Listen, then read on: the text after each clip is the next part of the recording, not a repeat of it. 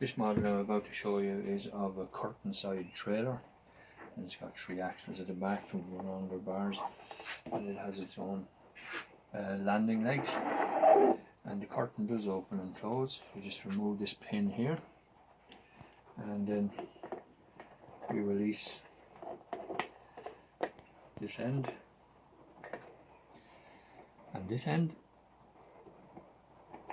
and then it can be moved along like that.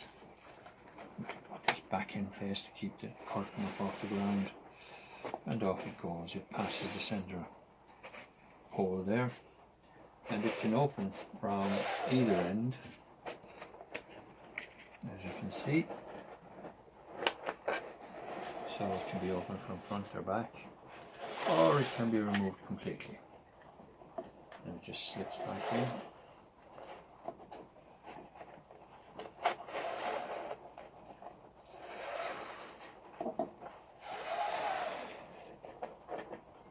Into place, and we can put the pin back in this end.